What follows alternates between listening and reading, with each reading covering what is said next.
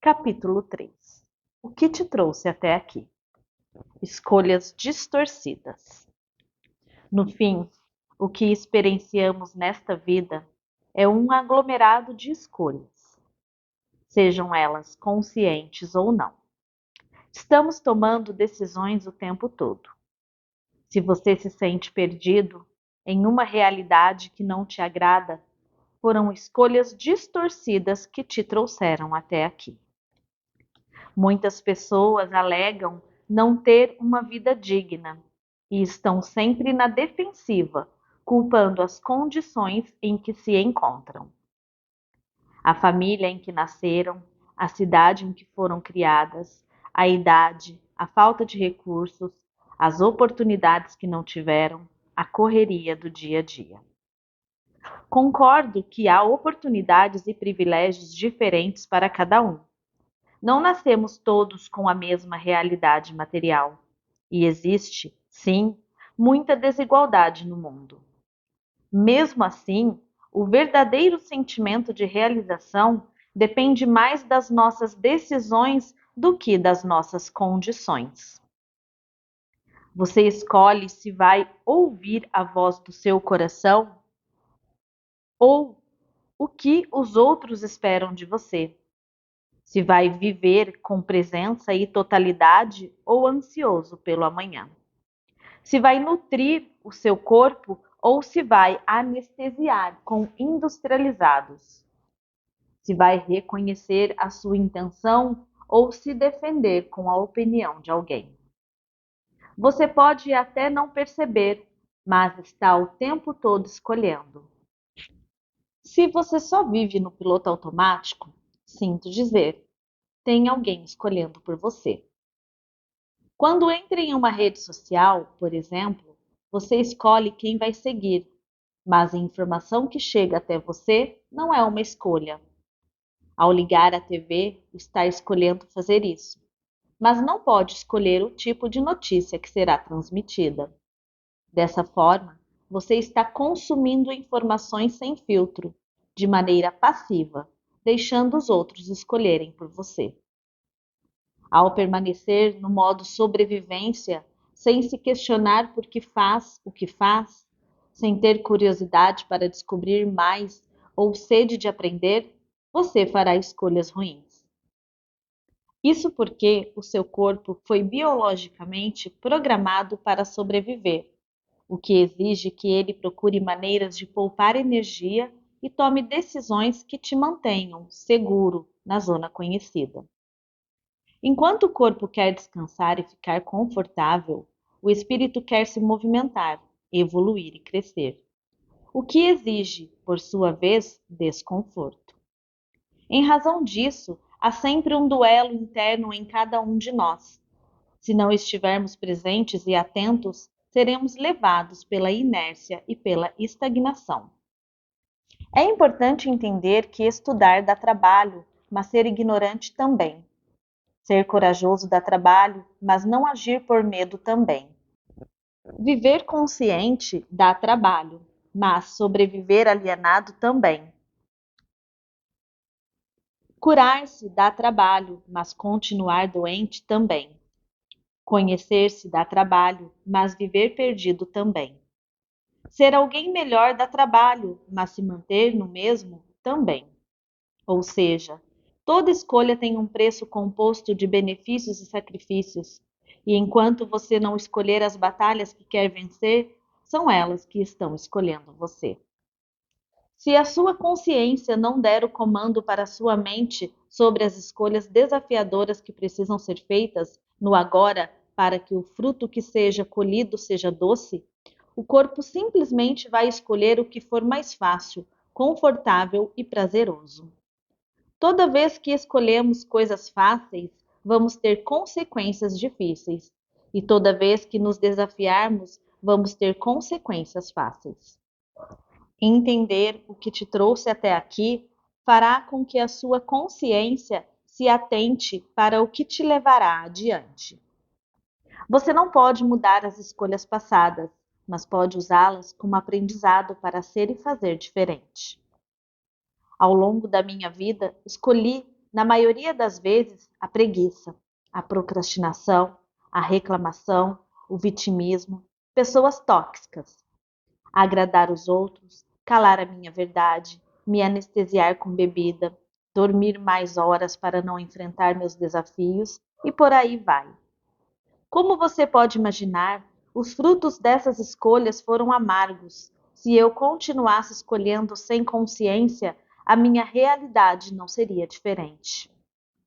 O que fez a minha existência se transformar foram as novas decisões que tomei, como ser uma pessoa melhor, me conectar com a minha espiritualidade, servir à humanidade, construir uma família, fazer o que era o correto, mesmo sem estar motivada.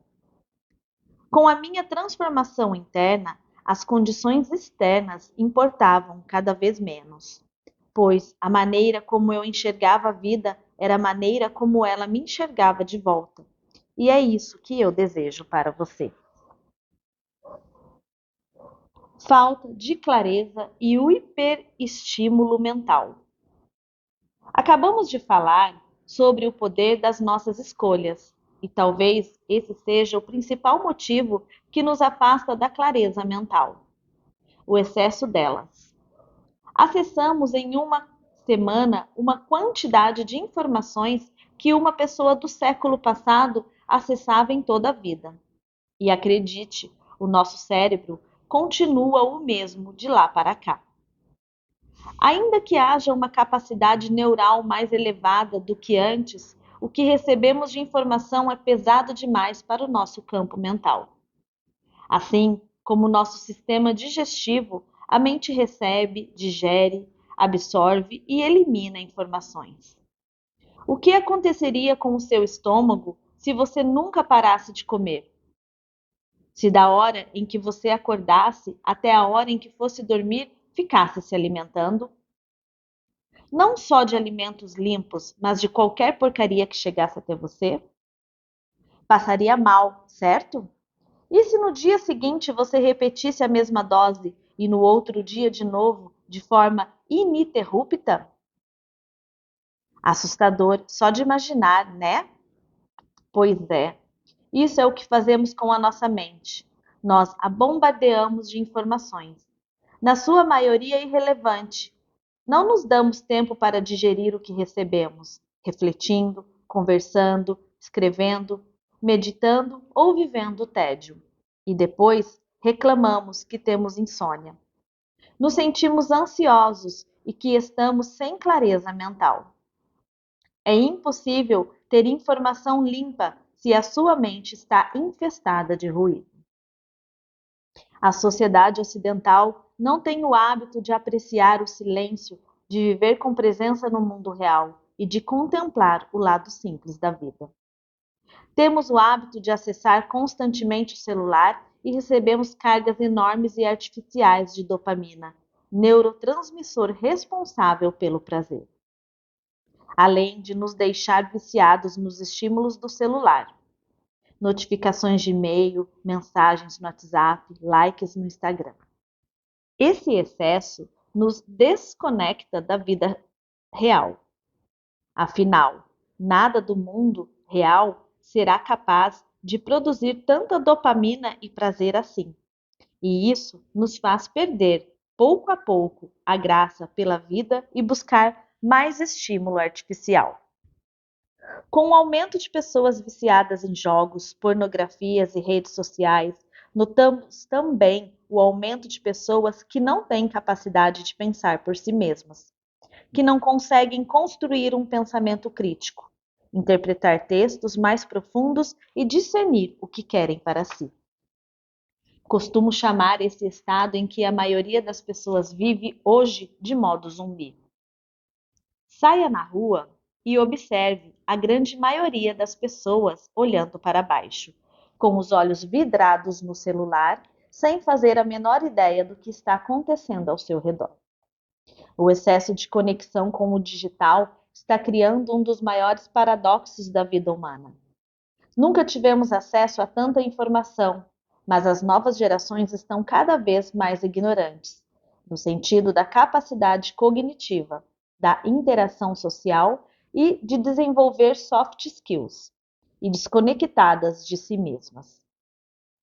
A interação social, o tédio e a curiosidade pelo mundo real são quase inexistentes na vida das gerações mais jovens, prejudicando seu desenvolvimento cognitivo, emocional e humano.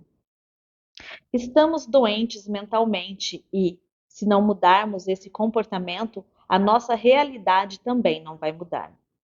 O que transformou a minha vida drasticamente e auxiliou na minha cura do pânico, certamente foi parar de assistir à TV aberta ou acessar noticiários de mídias tradicionais. Fazer detox de redes sociais e reduzir o consumo passivo de informação. Infelizmente, o que chega para as grandes massas e a grande maioria da população é o que nos desconecta do alto. Os conteúdos abertos e populares carregam diversos vieses e notícias falsas, o que prejudica ainda mais as pessoas que não têm acesso a outro tipo de informação. Eu uso a internet com consciência e como ferramenta. Se quero me divertir, por exemplo, abro um vídeo de um comediante com a consciência de que é isso que estou fazendo. Se quero me conectar com pessoas, abro os aplicativos de mensagens. Se quero compartilhar algo do meu trabalho, uso as minhas redes sociais. Consegue perceber a diferença entre um uso consciente e ativo do inconsciente e passivo? Consciente e ativo. Escolher qual ferramenta digital usar com um propósito definido. Exemplo: abrir o YouTube para assistir a um vídeo de receita de bolo. Inconsciente e passivo. Usar as ferramentas digitais por hábito e consumir o conteúdo que é oferecido. Exemplo: abrir o Instagram na fila do banco para passar o tempo. Ah, Gabi, mas aí eu vou ser um alienado da realidade. Eu garanto que não, e explico por quê. Querer ter opinião e ser informado sobre tudo o que acontece no mundo é o que te faz alienado da realidade. Se você gasta o seu tempo e a sua energia com situações com as quais não pode se transformar, tenha certeza de que está desperdiçando os seus recursos. A alienação é não cuidar da própria vida e deixar de investir a sua atenção em meios de melhorá-la cada vez mais. É deixar de fazer o que cabe a você para criar achismos sobre realidades que estão completamente fora do controle.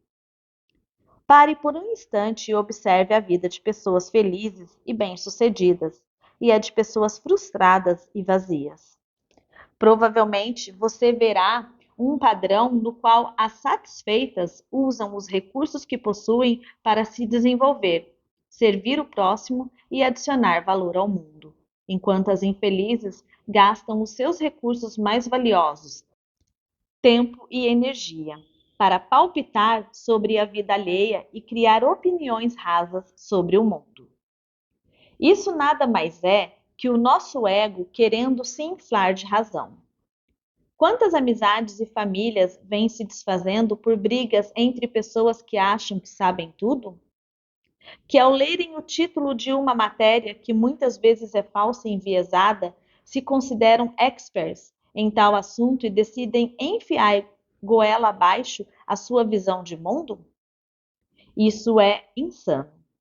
Pouco a pouco vamos perdendo a capacidade de interpretação, discernimento e diálogo construtivo.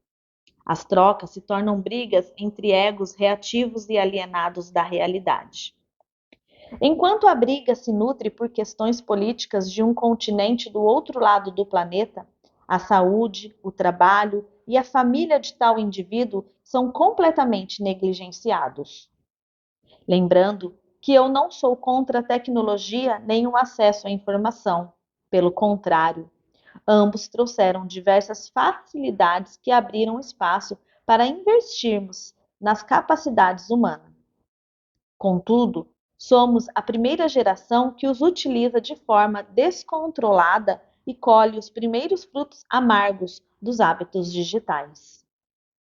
Estamos começando a compreender os danos do uso excessivo de telas, redes sociais e realidades artificiais. Imagine as próximas gerações. A realidade de crianças que, desde a primeira infância, são hiperestimuladas mentalmente, que nunca brincaram com gravetos e uma caixa velha de papelão, sem terem a imaginação, a intenção com pessoas e o pensamento crítico estimulados. Se eu e você, que tivemos uma infância real, estamos sofrendo com o excesso do digital, imagina quem recebe este estímulo no momento da formação do seu campo mental?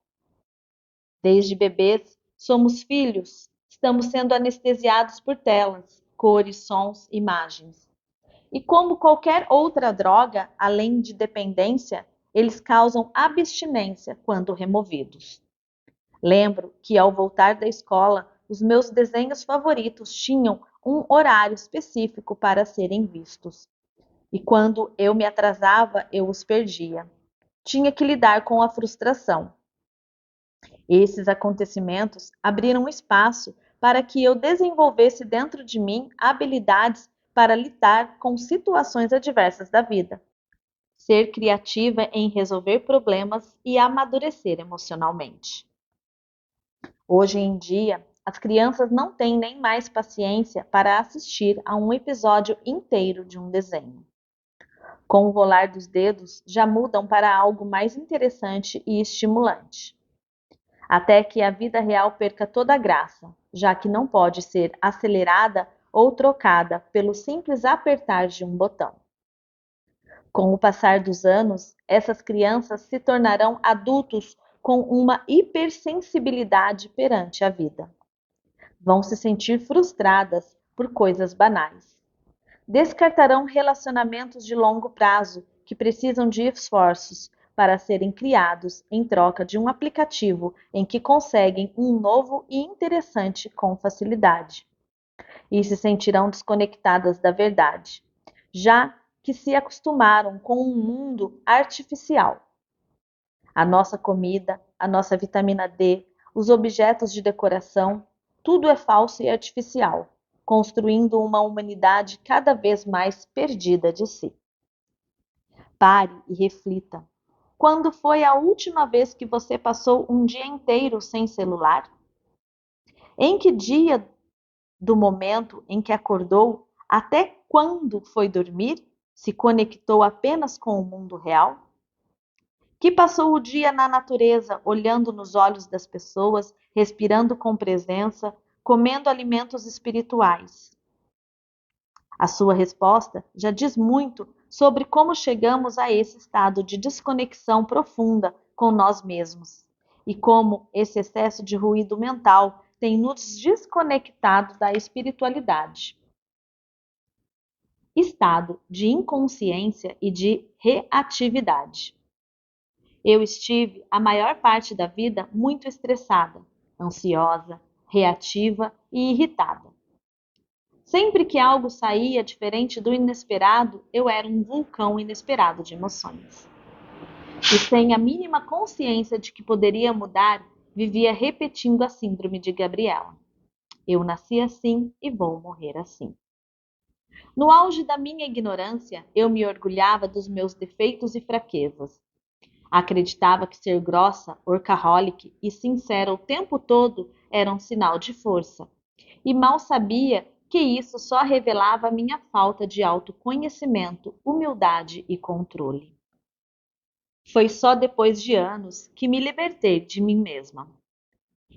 Parei de querer controlar a ansiedade, o medo, a angústia, a raiva ou a tristeza, pois finalmente entendi que elas nunca foram minhas inimigas. A falta de autoconhecimento é o que estava contra mim. Hoje eu recomendo mesmo a você. Primeiro entenda que controlar as emoções, além de impossível, é burrice. As emoções e os sentimentos nos revelam o que não podemos acessar diretamente no nosso inconsciente. Por isso, enquanto você quiser calar, negar, silenciar e anestesiar esse campo sutil, você não sairá do lugar. Pessoas inconscientes não vivem suas realidades, elas sobrevivem dia após dia, repetindo os mesmos padrões em estado de invigilância e reagindo ao mundo externo. São como um barco à vela sem capitão, guiado pelas marés e ventos externos, sem nenhum domínio próprio. Manter-se inconsciente é simplesmente fazer as coisas por fazer, sem nunca questionar por que você trabalha com o que trabalha, come o que come, convive com as pessoas com quem convive ou mora onde mora. É ser só um fantoche dos estímulos e gatilhos do mundo em vez de agir a partir da própria consciência. Então, se não devemos negar nem controlar as emoções, o que deve ser feito para agirmos de forma mais consciente? 1. Parar. 2. Silenciar.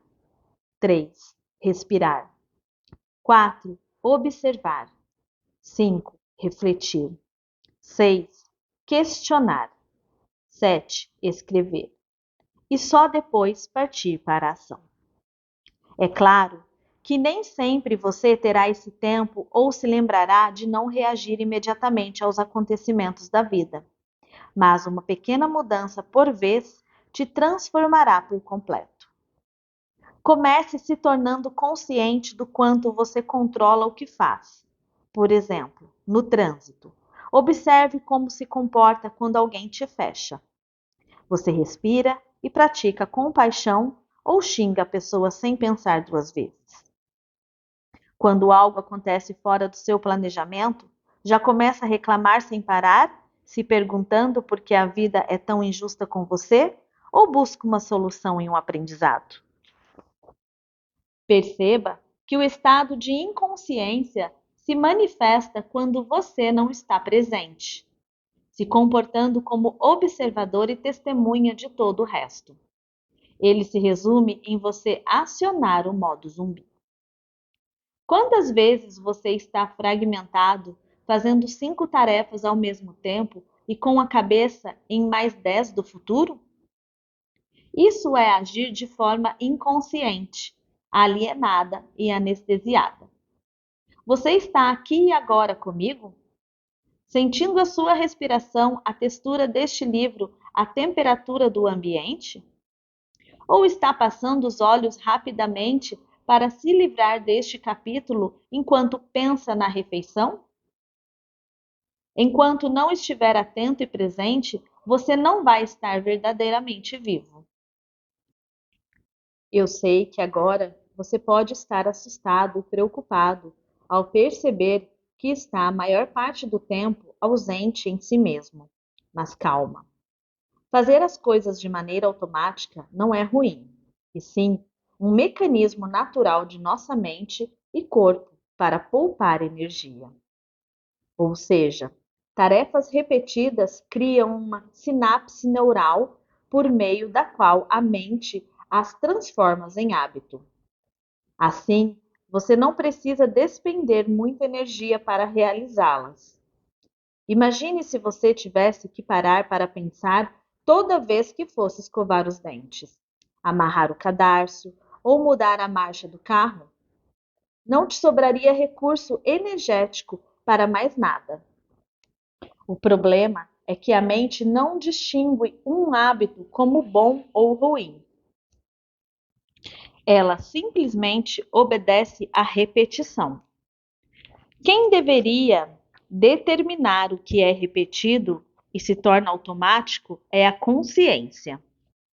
Ao repetirmos ações, atitudes como a preguiça, a reclamação, o vitimismo, a alimentação ruim, o consumo de celular logo ao acordar, dissolvemos o nosso poder pessoal e nos tornamos cada vez mais desconectados, com maior dificuldade de sair do automático. Manter-se inconsciente não é viver e, enquanto você não se tornar consciente disso, vai sobreviver em uma realidade que não é sua, repetindo padrões distorcidos, geração após geração, até que alguém desperte e, quem sabe, esse alguém é você. relacionamentos e ambientes distorcidos. O relacionamento humano é uma das principais chaves para a nossa evolução. Estamos nos relacionando o tempo todo, com coisas, lugares, pessoas, inclusive nós mesmos. Por isso, quando cultivamos relacionamentos densos, anestesiamos quem realmente somos. Toda vez que alguém me diz que se iluminou e está curado de todas as suas distorções, eu recomendo que passe uma semana com a família que o criou. Parece uma piada, mas é real. Os outros, principalmente aqueles com quem temos intimidade, revelam o que temos de melhor e de pior. Quando estamos sozinhos nas montanhas, meditando na solitude, é fácil nos sentirmos elevados. Mas é apenas perante a distorção do outro que eu consigo saber genuinamente o meu nível de paciência e compaixão. Se alguém não faz coisas com as quais você se irrita, como você vai medir e desenvolver a sua paciência? Ou seja, as outras pessoas são sempre oportunidades para a nossa evolução. Da mesma forma que outras pessoas são espelhos e mestres do seu processo, elas também influenciam onde você está agora. Ninguém é culpado pelas suas escolhas, mas certamente influencia a chegada até aqui. O problema acontece quando nos rodeamos de pessoas tóxicas e doentes emocionalmente. Pessoas que criam dependência emocional e nos levam para um buraco cuja saída muitas vezes não enxergamos. Por isso, eu quero que você reflita sobre as pessoas com quem convive. Quando vocês estão juntos, falam sobre ideias ou sobre a vida alheia? Falam sobre cura ou sobre os problemas do mundo que não farão nada para mudar? Praticam atividades elevadas ou fofocam sem parar? Observe os relacionamentos que teve até aqui, incluindo familiares, amigos, parceiros, parceiras, colegas de trabalho, e perceba como esses ambientes te construíram. Talvez você não saiba, mas na nossa vida primitiva, se não fôssemos aceitos pela nossa tribo, muito provavelmente morreríamos.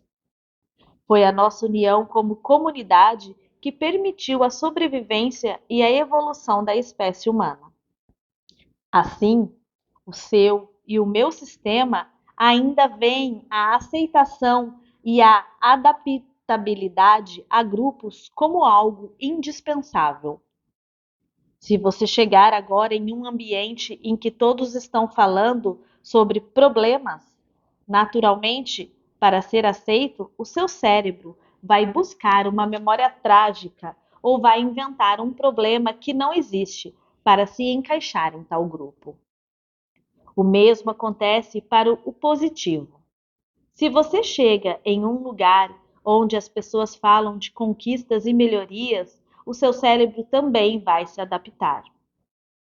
O "me diga com quem andas e te direi quem és" nunca fez tanto sentido, pois as pessoas com que você se permite trocar, interagir e comunicar moldam o seu desenvolvimento.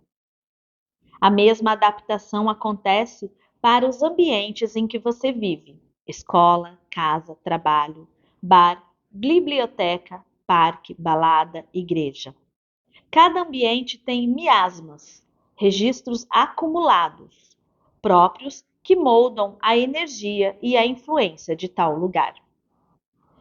Se uma flor do seu jardim não floresce, você a culpa ou busca aquilo no ambiente que a está matando? Como pouco sol, muito vento, pouca água, muito adubo. Você muda o ambiente para que o desabrochar aconteça, correto? O mesmo deve acontecer com você, enquanto o seu ambiente externo for sempre pesado, tóxico e denso. Florescer quem você realmente é será muito mais desafiador. Nesse caso, fazer o natural se torna um esforço sobrenatural, ou seja, a mudança interior precisa também da mudança exterior. Se a sua realidade atual é um caos, posso apostar que você não passou os últimos 10 anos rodeado de pessoas e ambientes incríveis. Entenda que os relacionamentos que mantemos e os locais que frequentamos não determinam os nossos resultados de vida, mas inclinam para onde e como iremos. Observe na vida real quantas crianças tiveram boas criações e pais modelos, mas se perderam no caminho pelos grupos de amigos ou ambientes que frequentaram. Às vezes, a semente é boa, mas a terra em que ela foi inserida está quase morta. O oposto também acontece. Pessoas que nascem em situações muito desfavoráveis, mas que a partir das suas próprias escolhas transformam a realidade que as rodeia. A maioria de nós vive hoje um eco da educação e das referências que teve na infância, principalmente até os 7 anos de idade, quando nosso inconsciente se mantém aberto para compreender o mundo. Registros, crenças e traumas são enraizados nesse período, podendo nos guiar de forma destrutiva por toda a vida adulta. Enquanto não olharmos para a nossa criança interior abandonada, ferida ou que não se sente amada, estaremos sempre reagindo ao meio com um olhar imaturo e magoado. Você talvez não possa escolher agora com quem mora, trabalha e convive, mas pode determinar o quanto de energia troca com essas pessoas e locais. O importante não é viver em uma bolha apenas com pessoas incríveis e em locais extraordinários. Caso contrário, você não terá contraste para se desenvolver e a humanidade nunca sairá do seu lugar. A questão é deixar de se rodear somente de pessoas e locais distorcidos o tempo todo. Lembre-se, a partir de hoje, da analogia da flor. Se o ambiente em que ela estiver inserida não for favorável para o seu desabrochar, não importa o quanto a flor tente, ela nunca permitirá que o mundo acesse a sua beleza. O mesmo acontece com o ser humano. Todos somos repletos de potenciais adormecidos que vão sendo abafados pelo ambiente em que crescemos e pelas pessoas com quem convivemos. Combustível incoerente. O mais importante não é o que você é capaz de fazer, mas saber exatamente por que você faz o que faz. A maioria de nós foi domesticado com um padrão de recompensa ou punição, como mencionado anteriormente, o que nos fez pessoas que só partem para a ação por esses mesmos motivos. Ou seja, vivemos em uma sociedade em que a maioria só faz algo por si ou pelo mundo, por prazer imediato ou por medo. Olhe ao seu redor. As pessoas que você conhece vão trabalhar todos os dias porque acreditam no que fazem ou porque têm medo de não conseguirem algo melhor. São pontuais nas reuniões de trabalho porque são comprometidas com seus valores ou porque temem ser demitidas? Cuidam da saúde por amor e respeito ao corpo ou porque descobriram uma doença? Isso só nos revela que a maioria é capaz de se movimentar e de se transformar, porém, pelo combustível errado. Talvez você esteja nessa situação em que já me encontrei tantas vezes, querendo mudar algo, começar a academia, seguir firme em uma dieta, terminar um livro, meditar diariamente. Mas começa e para, começa e para, começa e para. Você se identifica? Pois é. Agora vamos mudar esse cenário. Pense em algo que você sempre quis mudar na sua vida e nunca conseguiu. Por exemplo, o hábito de acordar cedo. E se eu disser que todas as vezes que você vencer o despertador e levantar no horário combinado, vou te dar 100.000 reais? Sem questionar e sem mais nenhum outro esforço, levantou, acordou e pá! Dinheiro na sua conta. Provavelmente você levantaria cedo, certo? E calma, Não precisa encontrar uma crise existencial nem se sentir um mercenário. A maioria de nós, inclusive eu, faria o mesmo. Não por sermos movidos pelo dinheiro, mas por esse ser um dos poucos combustíveis que conhecemos e percebemos como recompensa desde pequenos. Acordar cedo sem recompensa imediata talvez não seja empolgante, mas essa é a vida real, a do longo prazo. Você vai colher frutos muito mais doces do que o prazer instantâneo de ver dinheiro entrando na sua conta se mantiver esse hábito, mas vai ter que esperar o tempo divino para que isso aconteça. Vivemos em uma sociedade fraca de espírito, pois abrimos mão do que mais desejamos no longo prazo em troca de pequenos prazeres no agora. Nesse caso, trocamos o poder da disciplina, de ter tempo para fazer as coisas com calma, de nos conectarmos com o amanhecer, por míseros 15 minutos de sono. Depois nos sentimos mal e ficamos repetindo que não conseguimos mudar ou continuar nada que começamos.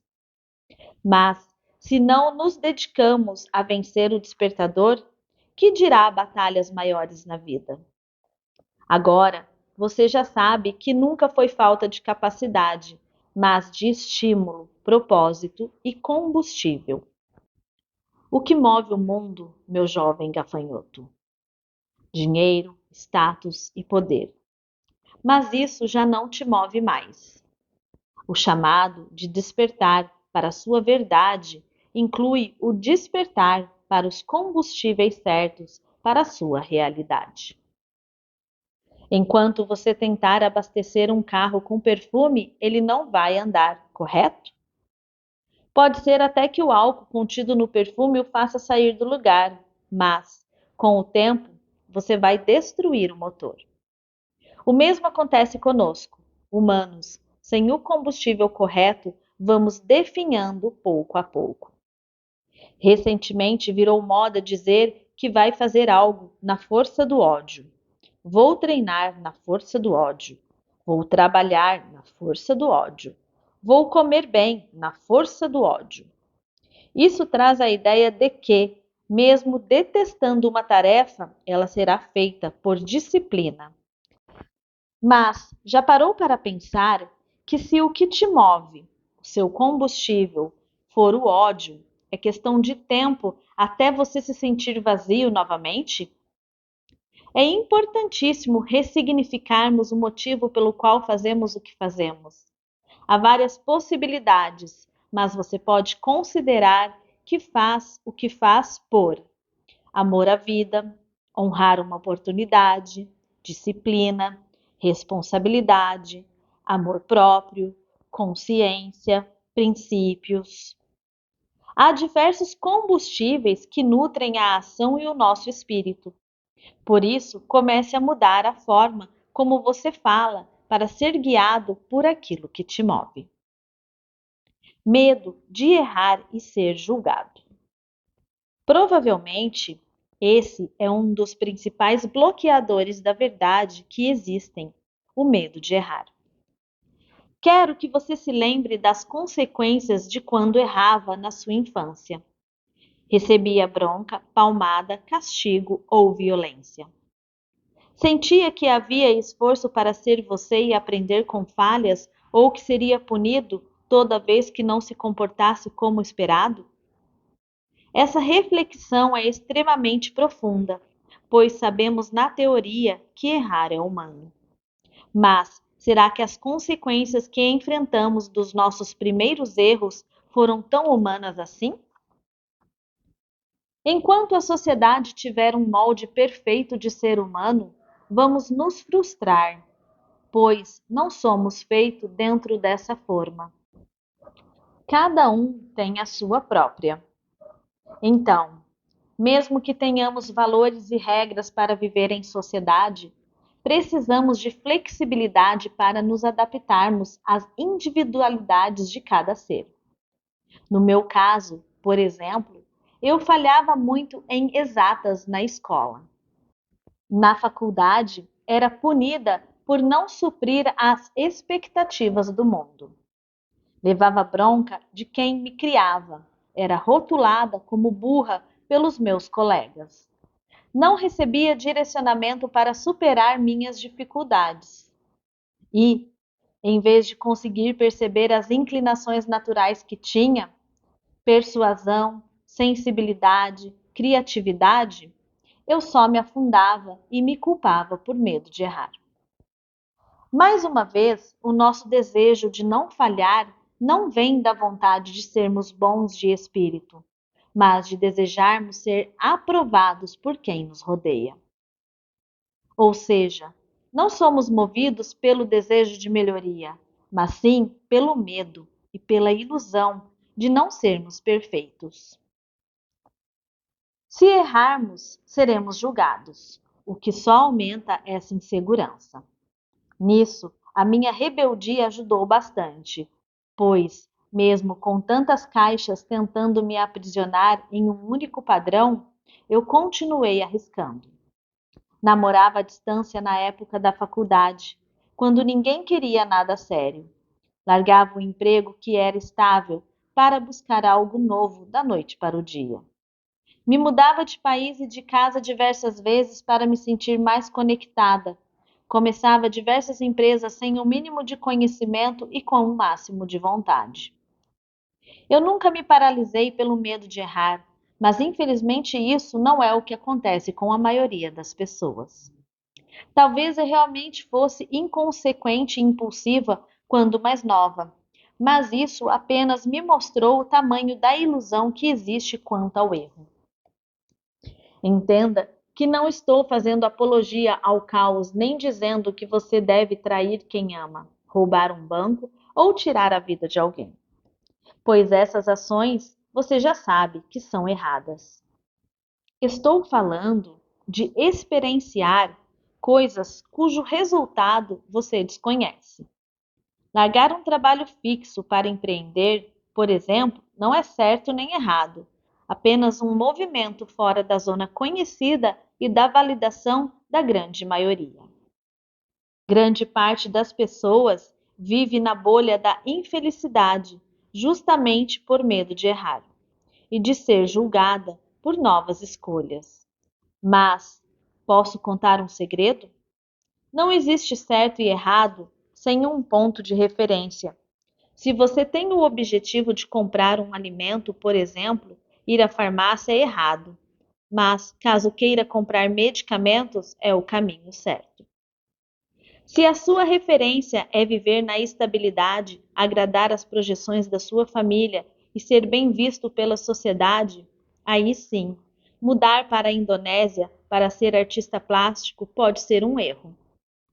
Mas, se a sua referência é honrar a verdade, o que pulsa no seu peito, ser a mudança no mundo e o co-criador da sua realidade, essa viagem é um acerto. Perceba que existe uma verdade inerente no ser humano. Independentemente dos seus objetivos pessoais, todos nós desejamos ser felizes, satisfeitos e nos sentir úteis. Ou seja, tudo aquilo que te mantém na verdade, em movimento, em aprendizado e em desenvolvimento é o caminho certo. É por isso que, além de buscar o bem e a verdade diariamente, você deve se conhecer e traçar objetivos de longo prazo para então tomar decisões mais conscientes no agora. Dessa forma, mesmo que o medo surja, você terá coragem para seguir o seu coração. Para já sentir incômodo no seu ego, pergunte-se aqui e agora: o meu medo de mudar é maior que o meu medo de ficar onde estou para o resto da vida? Inércia e busca pela estabilidade. Tudo está em movimento, tudo se move, tudo vibra. Como seres humanos, temos a tendência a acreditar no que podemos ver, e ao ver este livro que você está lendo agora, o que você pode perceber? Palavras, tinta, papel. Isso está em movimento para você? Talvez você me responda que o livro não, mas os pensamentos na sua mente sim. E se nos aprofundarmos além da visão? E se ampliarmos este livro físico e estático milhares de vezes? Se chegarmos à sua menor parte atômica, veremos que ele também está em movimento. Os elétrons rodeiam o núcleo de cada átomo, nos revelando que tudo vibra no universo. Nada está parado. Assim, não seria loucura pensar que um dos maiores sonhos inconscientes dos seres humanos é a aposentadoria? A maioria de nós trabalha com o que detesta, convive com pessoas que não suporta, faz atividades em que não acredita, compra coisas de que não precisa em troca de uma estabilidade falsa e de uma vida parada. Lembrando que não estou me referindo a pessoas que não tiveram privilégios e oportunidade na vida, mas sim aquelas que podem gerar movimento em direção ao que acreditam e, mesmo assim, escolhem a estabilidade. É muito triste ver como as pessoas perdem o brilho dos olhos em troca da inércia. Vivemos a cultura do sofá, do celular na mão e da TV ligada, que nos impede de nos movimentar e transformar. A inércia é o mal do século, pois temos tudo na palma da mão sem o menor esforço. Conhecemos parceiros em aplicativos, nos relacionamentos virtualmente, fazemos mercado com os dedos e quando observamos a nossa realidade, nos frustramos. Você contrai, pois toda a criação do universo é impermanente, transitória e está em constante desenvolvimento. Contentar-se com a estagnação e confundi-la com a humildade, dizendo: Ah, mas eu não sou ganancioso. Para mim, está bom onde eu estou. Vai afastar você do seu principal propósito aqui na Terra: viver com presença e se desenvolver como ser humano. Grande parte das pessoas só escolhe evoluir quando se sente extremamente insatisfeita, dando à vida um sentido de eterna ingratidão. Ou resolve parar de evoluir porque acredita que chegou lá por ter conquistado os principais objetivos mundanos: dinheiro, status e reconhecimento, abrindo a porta para o declínio humano. Observe e verá que a maior parte da humanidade está insatisfeita, depressiva, ansiosa e desconecta. E também na sua zona conhecida. Ou seja, esse é um lugar ilusório e destrutivo, tanto para a nossa individualidade quanto para a nossa espécie. Como seres humanos, temos o privilégio de acessar o poder da consciência e da escolha. Nenhum outro ser possui a consciência de estar vivo, vagando em um planeta no meio do universo e de que essa experiência possui um fim. Com esse poder, recebemos a responsabilidade de usá-lo e de não ignorá-lo. Só assim faremos a transição humana do campo animal para o espiritual. É a ação responsável pelo que não dá prazer imediato, mas é o certo a ser feito perante a nossa referência que nos faz sentir preenchidos. Eu duvido que você encontre alguém realizado que não crie movimento, seja físico, mental ou espiritual. Esse é o nosso estado natural. Será que você só cria planos onde busca a estabilidade, o conforto e a inércia em cada vez da sua verdade? Certamente é trabalhoso estar em constante melhoria, mas não se esqueça de que enfrentar as consequências de continuar no mesmo lugar também é. Desconexão com a fonte. Uso o termo desconexão para que você compreenda em palavras o que eu quero dizer. Mas no fundo, você nunca será completamente desconectado da fonte da vida, de Deus. Quem te criou e te mantém nessa existência é o seu eterno combustível. Porém, ao viver uma vida desalinhada com o espiritual, você deixa de notar tal conexão. Sente-se como uma alma perdida vagando por essa realidade, possivelmente sozinho, abandonado e desamparado. Mas isso não é real. Talvez você esteja vivendo uma realidade frustrada, pois se esqueceu de onde veio. Não se lembra de que, independentemente das suas escolhas até aqui, teve algo que nunca o abandonou. Você não precisa ser perfeito para ser aceito, amado e lembrado pela fonte da vida. Você e ela são um, e sempre que você desejar se reconectar, será possível. A conexão vem da presença, do silêncio, do contato com a natureza, do olhar nos olhos e se ver em outro alguém, da oração, da meditação. Ela vem de tudo aquilo que te faz lembrar que você nunca esteve só. Independentemente das nossas crenças, ou de termos ou não uma religião, todos somos capazes de tal conexão. E por mais que escolhas como roubo, reclamação, drogas, bebida, mentira e traição tenham feito de você uma pessoa desconectada, nunca é tarde para perceber e mudar. Eu me lembro de ter questionado Deus inúmeras vezes, de reclamar quando tinha que ir à missa, pois não sentia nada, ou de me ver revoltar perante uma força maior, sendo que tantas pessoas boas sofrem. Mais uma vez, a minha questionadora interior entrava em crise. Se existe algo tão bom e tão superior, por que tantas pessoas ainda vivem na miséria? Por que tantos nascem em condições de extrema pobreza e outros em extremo privilégio?